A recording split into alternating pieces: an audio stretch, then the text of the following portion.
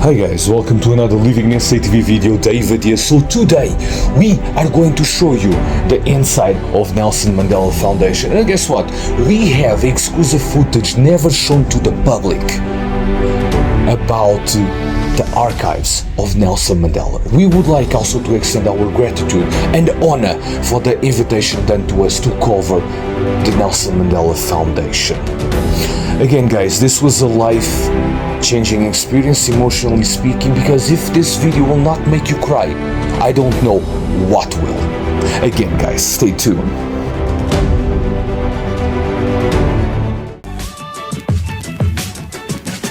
We would like to say thank you to Professor Werner Harris to take 1 hour of his busy schedule to take us around. Thank you.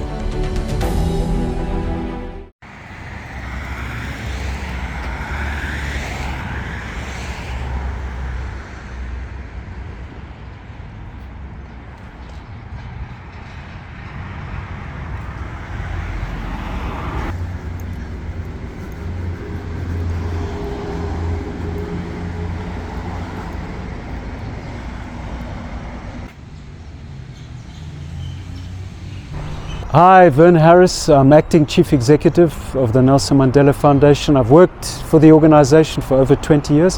What I'm going to do today is just show you around, give you a sense of the space that used to be Madiba's office.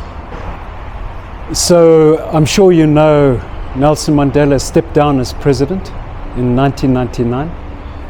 The story is told that in the weeks after that, he kept phoning his former employees in the presidency, and he was giving them instructions. Eventually one of them said, "But Madiba, we don't work for you anymore." And that's when he realized he needed to set up a post-presidential office. And very quickly he established the Nelson Mandela Foundation as a non-profit organization.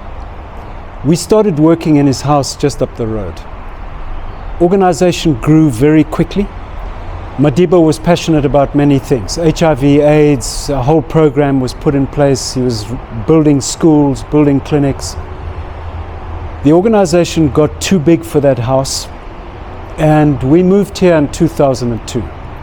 And well, Madiba's office, he was here pretty much every working day unless he was traveling, from 2002. Until he finally stepped away from public life in 2010. If you look up there, you can see where his office is. He gave 3 design principles for this building, and he signed off on the design of it. The first one was he didn't want it to be too big. He wanted it to have a modest appearance, a low elevation. So from the road, it looks as though it has 1 floor. But as you can see from the backyard, it has 2 levels. He also required that we use earth colors. So you'll see browns, burnt oranges, even inside as well. And the third principle, he wanted us to have some kind of reference to traditional Eastern Cape architecture. So, you know, the traditional hut with the overhanging roof. There's just a suggestion of that here. You'll see there's a smoking area. Those of us who were smokers, that's where we smoked, unless Madiba was in the office, because he didn't like to see us smoking, so we would go and smoke behind the back wall there. But of course, he would be able to smell the smoke on us. And after I'd had quite a few lectures from him about my health and smoking, I put a photograph on his desk upstairs of him with a cigarette in his hand. And I asked him, "So Madiba, how did you stop smoking?" And he said to me, "No, you have to understand, in those days, to be a big man, you had to have a cigarette in your hand." That's what I had. And it became a bit of a teasing between the two of us, because I could tell when you hold a cigarette like this, you know, you're doing more with it than just holding it in your hand. We moved here in 2002. 2004 he called a press conference upstairs, and he said it was time for him to retire from retirement. Don't call me, I'll call you.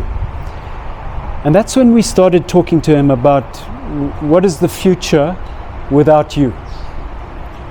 And one option was to close the organization down, because we did anything and everything that he wanted us to do. But what happened was he gave us a new mandate. We changed the trust deed, and the mandate in one sentence is to promote social justice through memory and dialogue work. So memory is rooted in archive, and it's his personal archive, but it's the many collections, the many stories around him as an individual. And I'll show you the archives now. The other dimension, you'll see upstairs, we have dialogue spaces. What we specialize in is convening spaces that are safe enough for people who don't agree with one another to come and listen to each other and to look for sustainable solutions.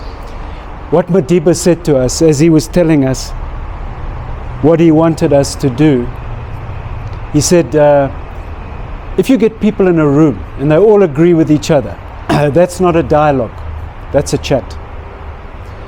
So we use the convening power that the organization has, and which his name has actually, to bring representatives of the state, government, private sector, civil society together. Right now, as I'm speaking to you, in that office over there is a group of Department of Basic Education officials. They've been there for the last 18 months. We're supporting them in the rollout of the ECD program. We've done a lot of capacity building with them, and I can tell you more about that work if you're interested. In this office over here, we've got the ANC archivist. We're assisting them with the arrangement and description of Frini Janwala's personal papers. They won't stay here, they will go to University of Fort Hare. But I'm just giving you a sense that we work with a whole range of players and sectors and try to bring them together. But let's go in and have a look at the archive.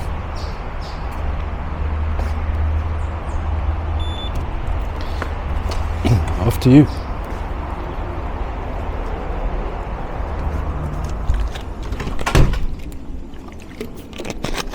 Let me just put this down.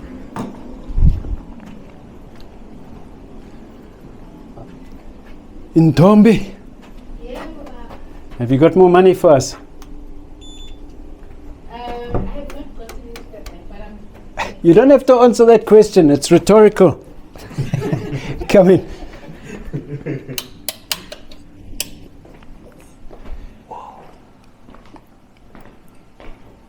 So, you know, the first time I did work directly for Madiba was in 2001. The organization was at his house up the road. I was at Wits, but his team knew me because I had been in ANC structures. I had served in the Truth and Reconciliation Commission, and I had set up the South African History Archive at Wits as a Freedom of Information NGO. And so when Madiba ran into problems with all his boxes of documents, they called me and asked to come and assist. And so I worked on a number of projects until the day that, you know, they persuaded me to join permanently. And so I worked very closely with Madiba for about 4 years, conceptualizing what you now see here, this center of memory, as we call it. And he started giving me his personal documents, his diaries and notebooks and so on.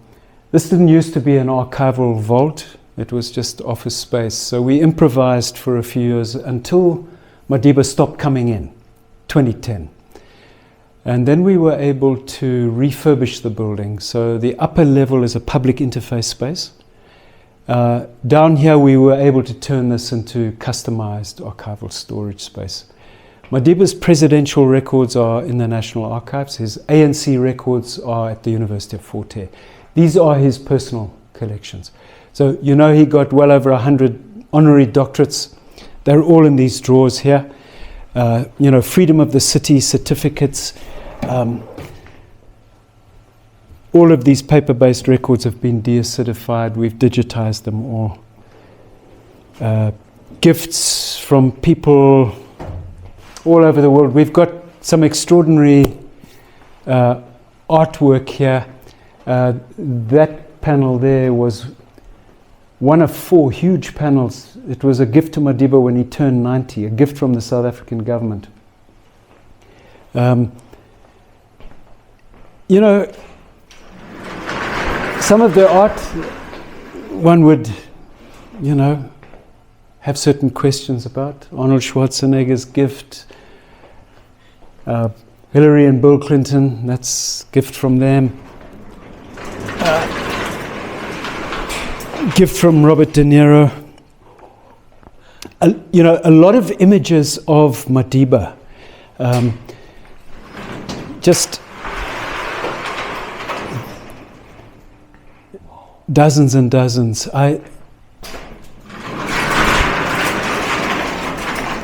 I organized the sitting. This was a young British artist, and he was in a very good mood that day. You can see on his face, and all she wanted to do was paint him, and then she immediately gave it to him as a gift. But Madiba usually looked like this. Madiba was always precise. Everything had to be planned, and the timing was important, and it was quite scary working for him. As he got older, he would tell you immediately if he was frustrated or irritable. Okay, let me take you into the other room. This is mind-blowing. Yo, such an honor to be here. I could feel there's a spirit engulfing me as we speak. Well, Madiba is here. No, that's amazing. This is scary, eh? Okay, so I've pulled out a few things just to give you a sense. What we have here are his office files. For the first few years in the organization, we relied on paper-based filing, converted to electronic, so we've got a huge electronic archive. Then we've got his personal papers and related collections. Here are all Mum Winnie's personal papers. She came to us probably around 2007, 2008 and said, you do all these books about Madiba, what about me? And so we did a book called 491 Days with her, and she lodged with us some of her personal papers from when she was in prison. And then after she died, her family asked us to help, and so the team spent a lot of time in Soweto in the house. This is now all catalogued. It's ready for the family to decide what to do with it. Don't know if you've ever seen a Nobel Peace Prize.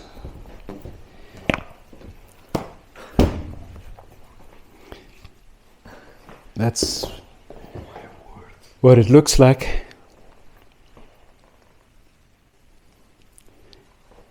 I had the pleasure of once giving President Obama a guided tour, and I said to him, well, yeah, sure.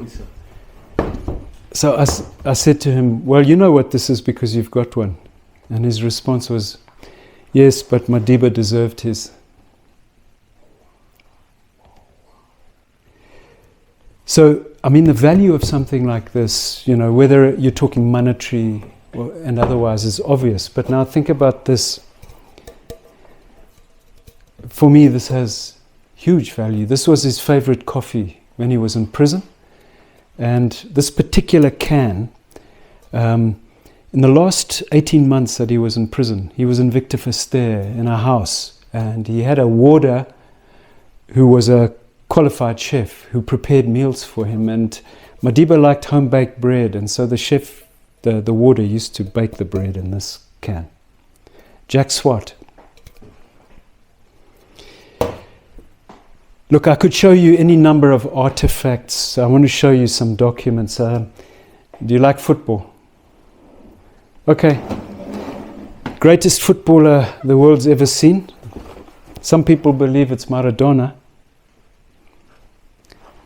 Some people believe it's Pele.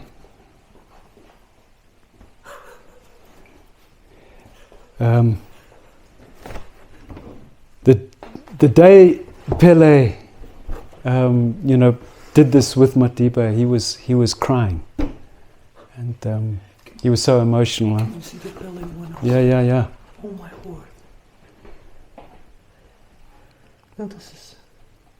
Oh my word! This is. Wow. Well, rugby. So that's a gift to Madiba from Francois Pinault.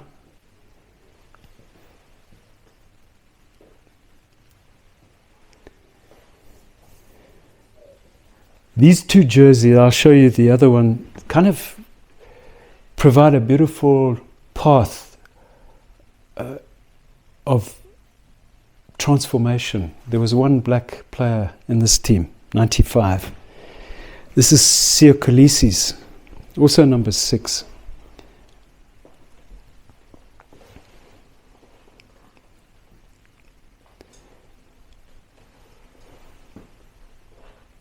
Maybe just two interesting things. We talk about that moment in 1995. That whole movie Invictus was made. But we don't talk often about the fact that 2 years after that final, Madiba was in court in a case involving the South African Rugby Board, its failures of transformation. So that big story of reconciliation, well, actually there's another side as well. Long journey to a team that, looks different today. We interviewed Siya Kolisi for a project, and I don't know if you know this, but he was reflecting on what Madiba means to him. And he said, look, I'll show you. And he took his shirt off. And Siya Kolisi's got a tattoo here of Madiba's face, right here. Okay, documents. Okay, so you're going to be there, right? Let me... Look, fortunately for us, Madiba was very, I said earlier, precise about everything. And he was an obsessive record keeper. So he always had 2 pens in his pocket, fountain pen, ballpoint pen, used a particular pen for a particular task, always had notebooks. So we've got boxes and boxes of his notebooks, and look, you can see they're just ordinary notebooks. Give you a sense.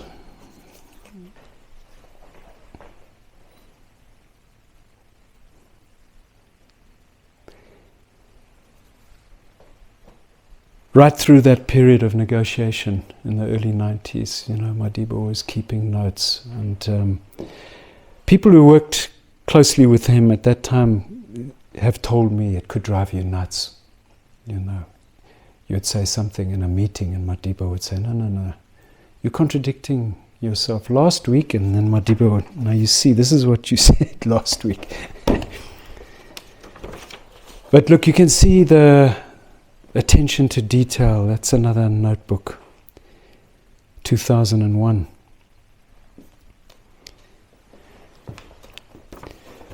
So I want to show you two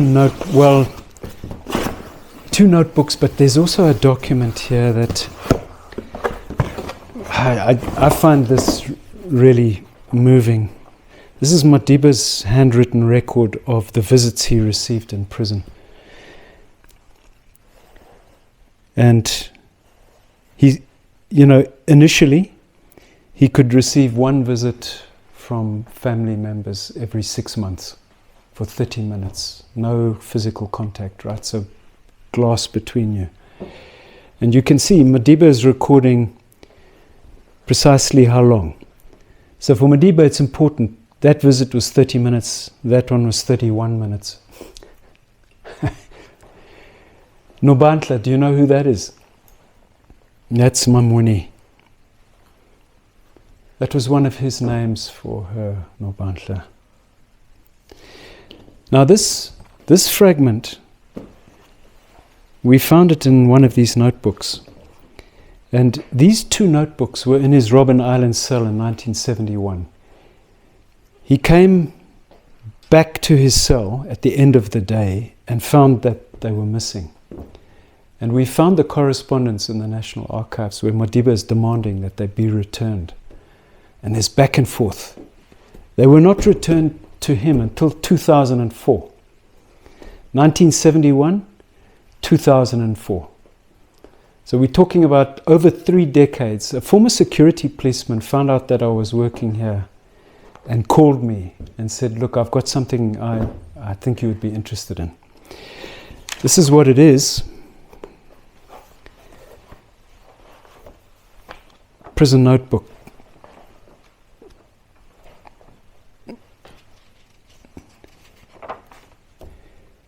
This one is in isiXhosa. Madiba was using these notebooks to draft correspondence. And he could write letters of 500 words. So he would draft the letter, count the number of words, and he would make changes, additions. When he was happy, he would rewrite the letter on the paper that would be sent out. And this was his record of what he had sent out. I'll read a few sentences from one of these letters, just to give you a sense. So here's a letter, February 1969, addressed to my darlings. And we know who the darlings are, Mrs. Zenani and Zinzi Mandela, his daughters. They're young, they're 10, 11 years old at this stage. But he's been in prison for 7 years now. And I'll just read a couple of sentences. I was happy to learn that Zeni can cook chips, rice, meat, and many other things. I'm looking forward to the day when I will be able to enjoy all that she cooks. Zinzi says her heart is sore because I'm not at home and wants to know when I will come back. Excuse me. I do not know, my darlings, when I will return. You will remember that in the letter I wrote in 1966, I told you that the white judge had said I should stay in jail for the rest of my life. It may be long before I come back. It may be soon. Nobody knows when it will be. But I am certain that one day I will be back at home to live in happiness with you until the end of my days. Do not worry about me now. I am happy, well, and full of strength and hope. The only thing I long for is you. He had another 20 years to go. Now, you hear the myth about Madiba that he came out of prison without bitterness. But the Madiba I got to know had a deep well of woundedness. And Mamwini even more so. And I suppose the special thing about Madiba was that he chose to channel his anger constructively. But it didn't take much to trigger, that anger. I saw it many times. What else? Oh, I think you'll see, this is just a box of miscellaneous documents from the prison years. All kinds of little things.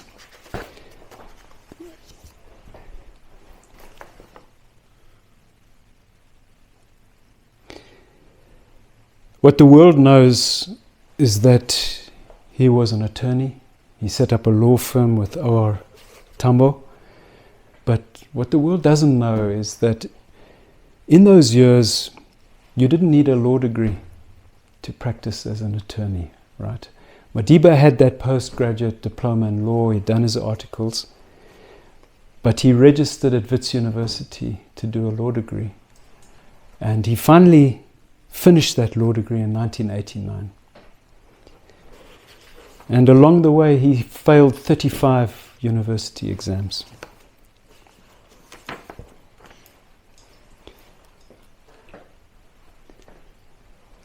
It's. I remember when our team had, got the data, the archival record of this. One of them said, "Oh, we can't put this in the public domain." Now, for me, it's precisely what you want to put in the public domain, because it shows not everything came easily to him, and he failed at many things. He failed. He talked after he stepped down as president of how he had failed to do enough around HIV/AIDS, and that's why he put an HIV/AIDS program in place, and over years butted heads with the South African government. Mamwini, 2 failed marriages actually. He failed his exams, but he turned failure into a journey of discovery.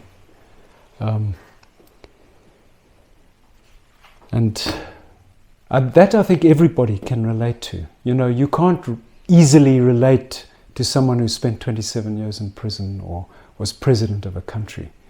But extraordinary is we have a recording of a conversation between Madiba and Rick Stengel in the early 90s, where Rick was referring to these law studies and asked if it was because of the racist lecturers that Madiba didn't do well.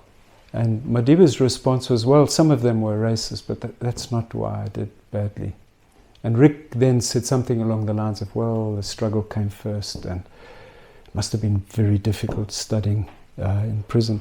Madiba's response was, no, Rick, we have to be frank about these things. I was a poor student.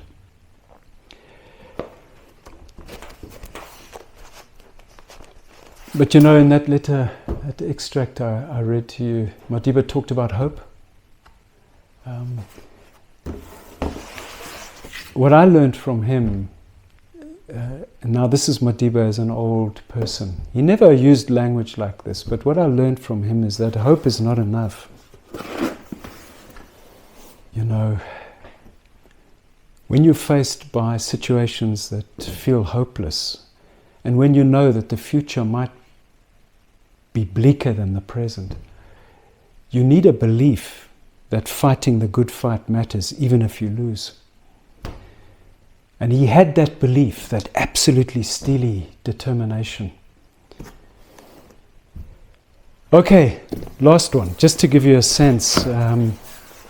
Long Walk to Freedom, which he published in 1994. But here's Madiba sitting down in 1998, and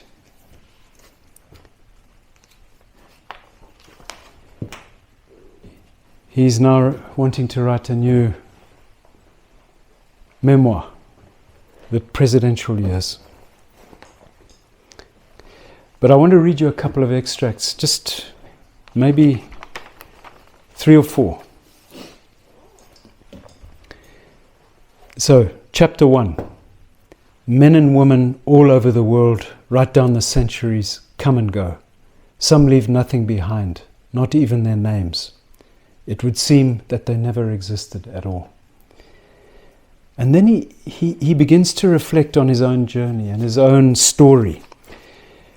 And as a young man, I combined all the weaknesses, errors, and indiscretions of a country boy. I relied on arrogance in order to hide my weakness.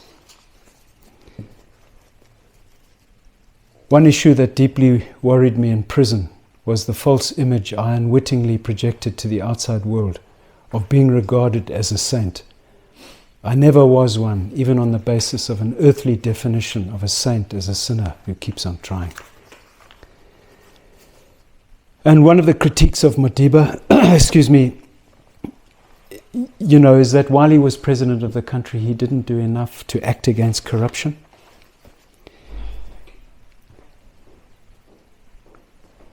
Just reading one last extract. History never stops to play tricks, even with seasoned and world-famous freedom fighters. frequently, erstwhile revolutionaries have easily succumbed to greed and the tendency to divert public resources for personal enrichment.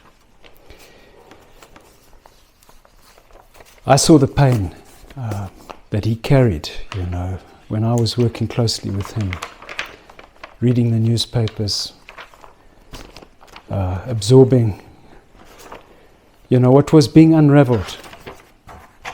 Because a lot of the work that he started, and really as president of the country, he could, and his team could really only start the work of transformation.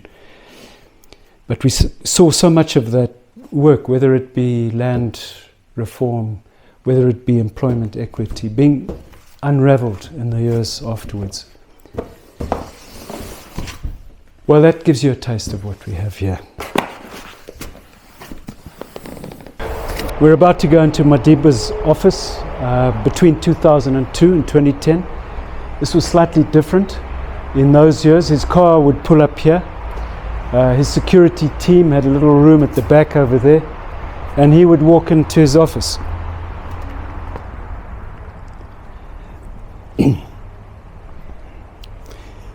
Madiba wouldn't be happy with these carpets. I told you he liked everything precise. The warder Jack Swart told me the story of Madiba had moved into this house, and there was a carpet in the house with these kinds of tassels. And Jack Swart found Madiba on his hands and knees, getting the tassels all exactly straight, because he was receiving visitors that day. So, look, all these items here have a significance. Madiba once, I was sitting talking to him, and he said, no, I need a photograph of Walter. So I spoke to Peter Magobane, the photographer, and he made this print here.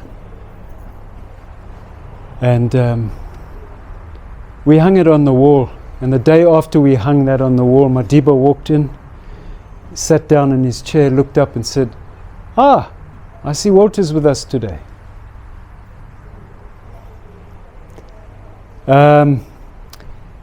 Madiba loved Muhammad Ali.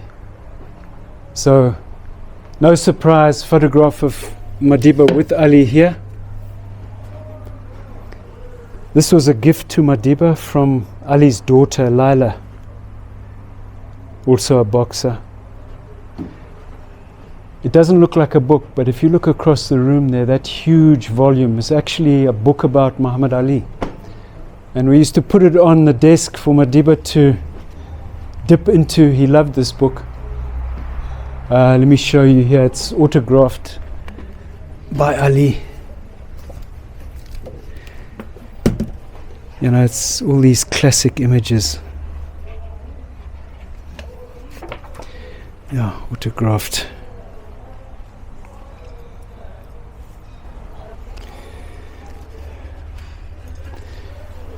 We've got, some photographs. We've got a whole, I don't know why it's not on today, but images of Madiba in the office. So many stories. Maybe tell you one story. He used to invite, or summons, all of the staff up here every December, and he would thank us for the work we had done during the year. The last time he did that, it would have been 2009. And so Madiba was sitting here, and the staff at that time, we were about 30 people. We were all around here. And Madiba completely forgot why he had called us in. And so he was just chatting to us, and then his personal assistant reminded him why we had come in. And so then this is what Madiba said. I'm going to have to thank you very well this year because I'm ancient now. I'm not going to make it to next December. But don't worry. When I get to the pearly gates, they'll ask me, who are you? And I'll say, Madiba. And they'll say, oh, from South Africa. And I'll say, yes. And then they'll say to me, no, you've come to the wrong gates. You see the ones down there where it's very warm, that's where you have to go. But don't worry, when I get there, I'm going to ask the ANC and big business to help me. Now you're smiling, you're laughing. That day we didn't laugh, we just sat there quietly. But what Madiba was doing, he was breaking a taboo very deliberately in order to help us make peace with his mortality, right? And he talked about his mortality a lot in those last few years. So that's it.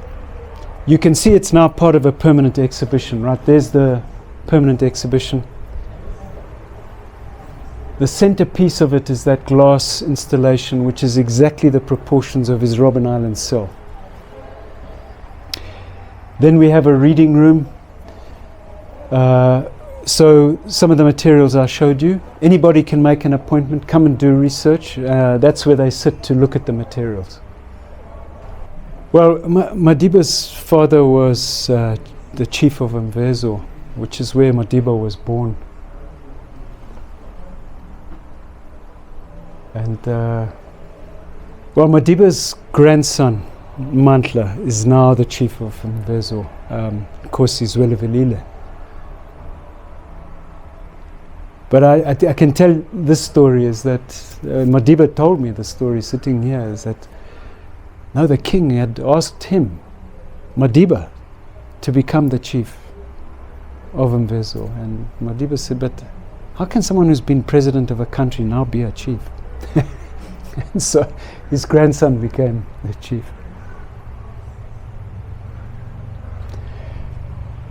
Yeah, good memories, but also those tough memories. You know, Madiba used to read newspapers every day. And when he was traveling, you know, he went to Mozambique often.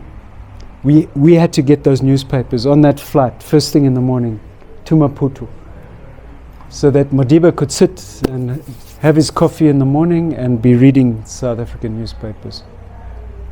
But, you know, he would be reading newspapers and you could see the pain, and he would often talk about his pain. Yeah, so in the movie Long Walk to Freedom, there's that scene where Madiba is captured.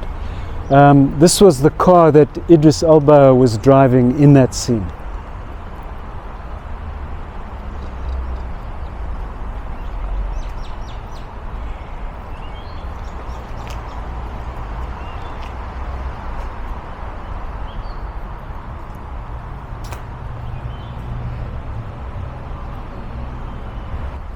Something important here is that scene uses poetic license. Actually, Madiba wasn't driving the car on his own. He was sitting in the passenger seat, and a comrade, Cecil Williams, was driving the car.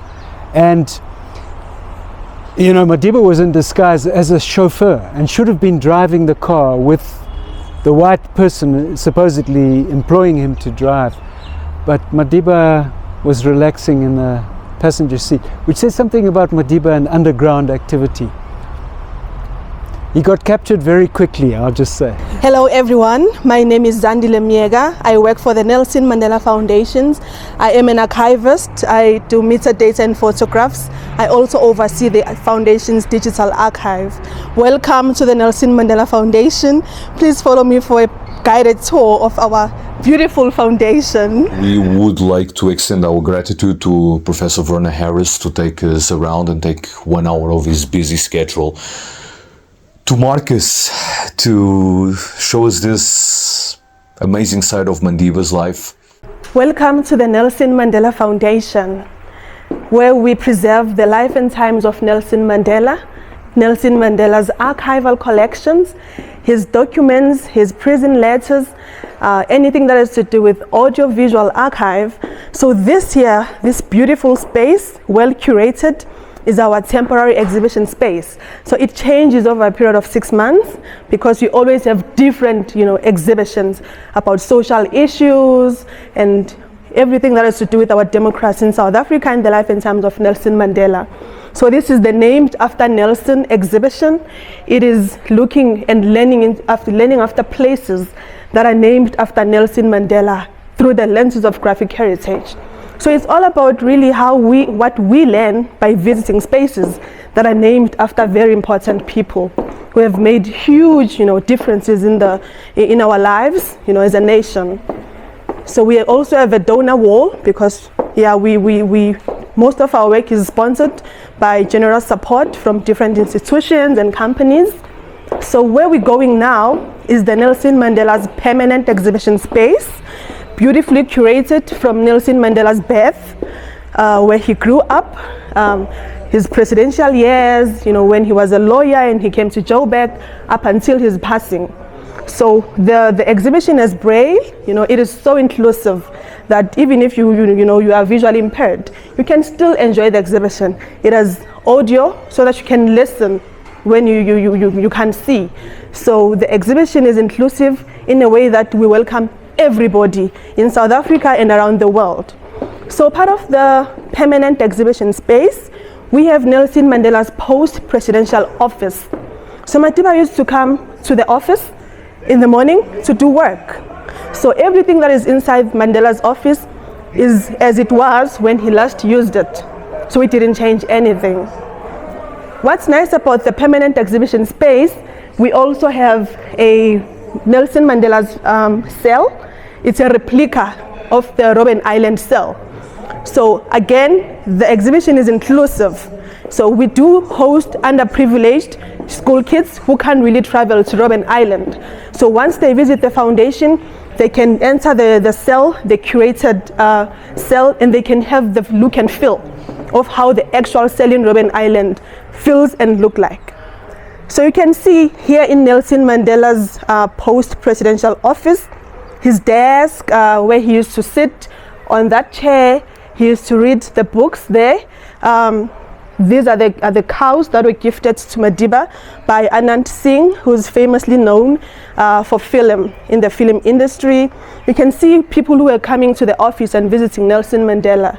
We're talking about the statesmen, sportswomen and men all over the world. So here, it's a library consisting of Nelson Mandela related books that were published about Nelson Mandela and books that were published about people affiliated or associated with Nelson Mandela.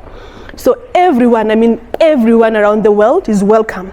I'm talking about researchers who would want to, delve into the archive, and access Madiba's rich archival collections.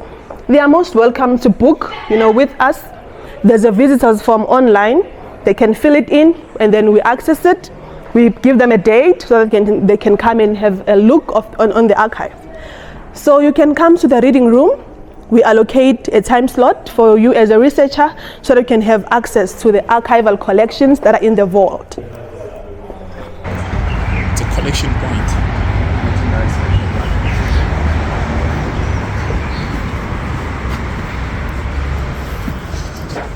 So beautiful merchandising, eh?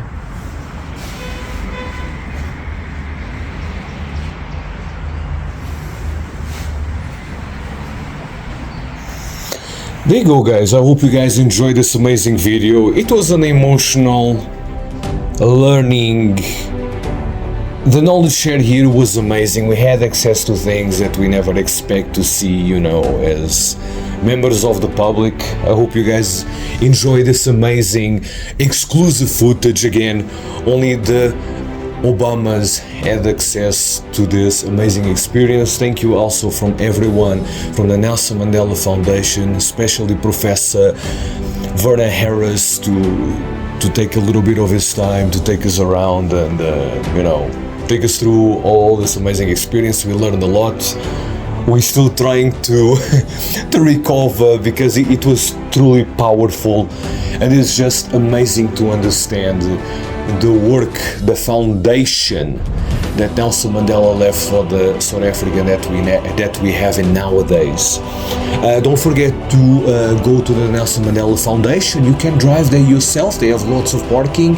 It's free to see the exhibit, the public exhibit. You guys, if you want to make some research or deep research, you can also send them an email and make sure that they will allow you to make some research. Red Bus and of course the Gautrain bus also to go there. It was amazing, guys. I hope we have more experiences like this around our beautiful country, because there is definitely a lot still to learn. Again, guys, make sure you share, subscribe and destroy that like button, and we will see you in the next LivinginSAtv video.